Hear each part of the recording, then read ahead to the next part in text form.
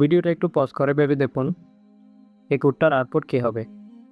তো চলুন আমি ব্যাখ্যা করি। এই কোডটার আউটপুট হবে ট্রু।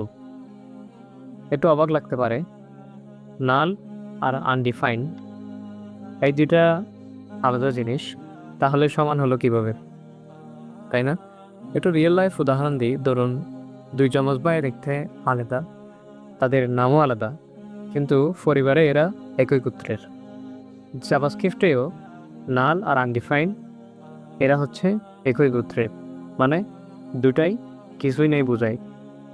তাই জাভাস্ক্রিপ্ট বলে ডাবল ইকুয়াল এরা সমান। কিন্তু যখন আমরা এখানে ট্রিপল ইকুয়াল দিই তখন আমাদের আউটপুট হবে ফলস। কারণ এবার আউটপুট ফলস হলো, এখানে ট্রিপল ইকুয়াল টাইপও চেক করেন, আর নাল আর আনডিফাইন্ড এর টাইপ হচ্ছে আলাদা, তাই আমাদের আউটপুট হচ্ছে ফলস।